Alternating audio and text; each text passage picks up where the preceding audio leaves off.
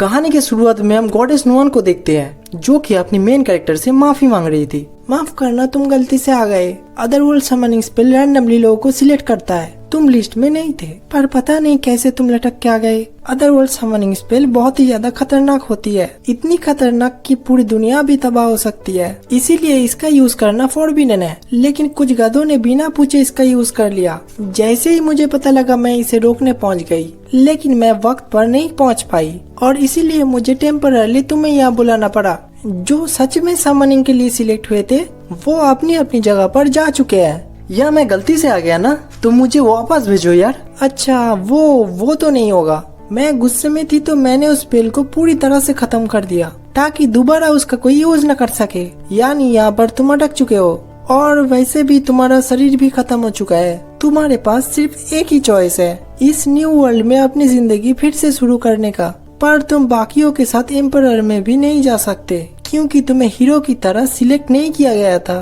तो वो लोग तुम्हें बहुत ही बुरी तरह से ट्रीट करेंगे। पर फिक्र मत करो, मैं तुम्हें एक ऐसी नेशन में भेजूंगी जो कि फेरी टेल जैसा होगा। तागुमी को समझ नहीं आता कि वो करे क्या, तो गॉडेस उससे कहती है कि वो उसे अपनी ब्लेसिंग देगी और उसे अपनी स्टेटस से पता लगता है कि अब उसकी उम्र 17 साल होगी, 40 नहीं, जो कि उसकी पिछली जिंदगी में थी। और 9 to 5 जॉब करने की जगह वो कॉम्बैट या प्रोडक्शन जॉब को ले सकता है। ताकुमी मॉन्स्टर से लड़ना झगड़ना नहीं चाहता, तो वो प्रोडक्शन जॉब सिलेक्ट करता है। नोआन उसे कुछ चीजें देती है जो कि उसकी जर्नी पर काम आएगी और उसे अब दूसरी दुनिया में भेज देती है जहां उसकी क्रैश लैंडिंग होती है, जहां टाकुमी देखता है कि वो पिछली जिंदगी की तरह बदसूरत नहीं है। वो अपनी स्टेटस को चेक करता है और उसके पास सच में गॉडेस की ब्लेसिंग है, लेकिन मुझे ये चीज सीक्रेट ही रखना चाहिए ताकि कोई प्रॉब्लम ना हो। इसके बाद वो अपनी एबिलिटीज को टेस्ट करता है। अरे वाह, मैं तो सच में फैंटेसी दुनिया में हूँ। सामने उसे एक लकड़ी की ब्रांच दिखती है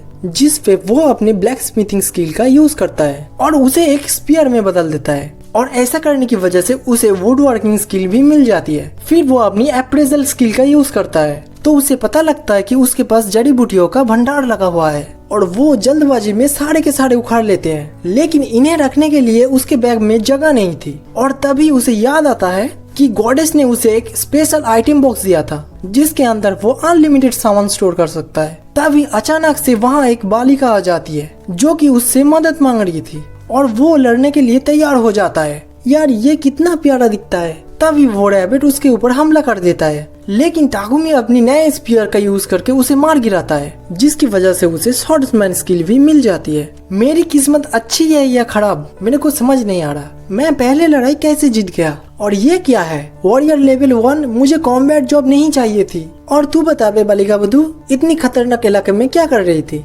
मैं जड़ी बूटी लेने आई थी और मैं पास के ही विलेज से हूँ। और वो अपने हीरो को साथ में ले जाने के लिए मान जाती है। वो उसे बताती है कि ये रैबिट बड़ा डिलीशियस होता है, तो वो उसे अपने स्टोरेज बॉक्स में डाल लेता है। वो लड़की उसकी स्किल को देखकर इम्प्रेस हो जाती है। हाँ, ये मेरा आइटम बॉक्स को कैसे देख पा रही है? मैंने तो उसको कंसील कर दिया था। और दूसरी तरफ कैपिटल में टाकुमी की पुरानी दुनिया से 3 स्टूडेंट वहाँ सामन हुए हैं। तभी वहाँ पर एक औरत आती है और उन्हें बताती है कि वो हीरोज है और उन्हें यहाँ समन किया गया है ताकि वो अपनी पावर का यूज करके इस दुनिया को बचाए।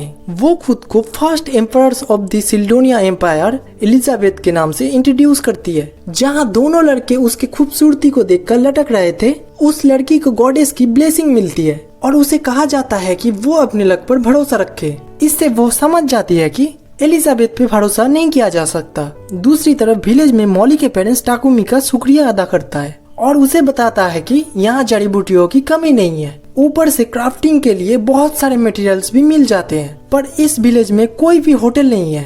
पर बोबन उसे कहता है कि वो उसके लिए घर बना सकते हैं। फिर सारे विलेजर्स घर बनाने की तैयारियां करने लगते हैं। वहीं जब टाकुमी अपनी स्किल का यूज करके ग्राउंड को लेवल करता है, गांव वाले हैरान हो जाते हैं। ऐसा करने की वजह से उसे माना मैनिपुलेशन स्किल भी मिल जाती है। इसकी वजह से उसकी काफी एनर्जी कम हो जाती है। अरे छोटे, तू तो मैजिक यूज कर सकता है और फिक्र मत कर, इसके आगे का काम हम संभाल लेंगे। कुछ समय बाद टाकुमी अपने घर में सेटल हो जाते हैं, जहाँ उसने अपने स्किल का यूज करके बड़े ही मस्त मस्त फर्नीचर बना लिया है। पता नहीं मेरे लिए वॉरियर जॉब क्यों सिलेक्ट हो गई। इसे मैं हटा के अल्केमिस्ट कर देता हूँ। हाँ, ये बेटर है। वही उसने माइनिंग करके टेबल पर काफी सारे ओर रखे थे, जैसे कि iron ore, copper ore, silver ore और साथ में मैजिकल आयरन ओर भी है जिसके अंदर माना होता है। इन सब को यूज करने के लिए नॉर्मली भट्टी की जरूरत पड़ती है, पर क्योंकि ये फैंटेसी वर्ल्ड है तो हम मैजिक से ही कुछ भी कर सकते हैं। एल्केमी का यूज करके कितनी सारी चीजें बना सकता हूँ यार मैं,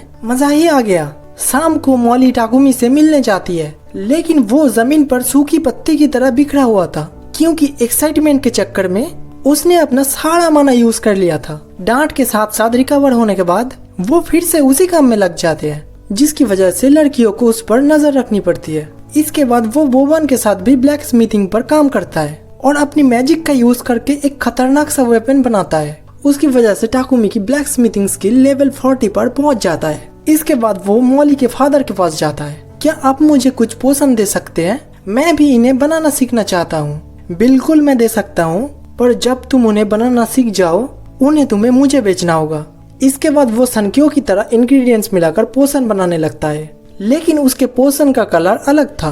आगे टाकुमी जंगल में जाते हैं जहाँ वो कुछ जड़ी बूटियों को खा रहा था, लेकिन इसमें से एक पौधा जहरीला था जिसकी वजह से उसे दर्द होने लगता है, पर अपनी हीलिंग स्किल की वजह से वो खुद को बचा लेता है। उसने जानबूझ के वो जहरीला पौधा खाया था क्योंकि ये रेजिस्टेंस पाने का बेस्ट तरीका है और साथ ही उसकी प्यूरिफिकेशन मैजिक भी लेवल अप हो गई है। लेकिन तभी उसके पीछे एक बोर्ड आ जाता है और उस बोर्ड के सामने टाकुमी का भाला और डेकर दोनों ही यूजलेस है।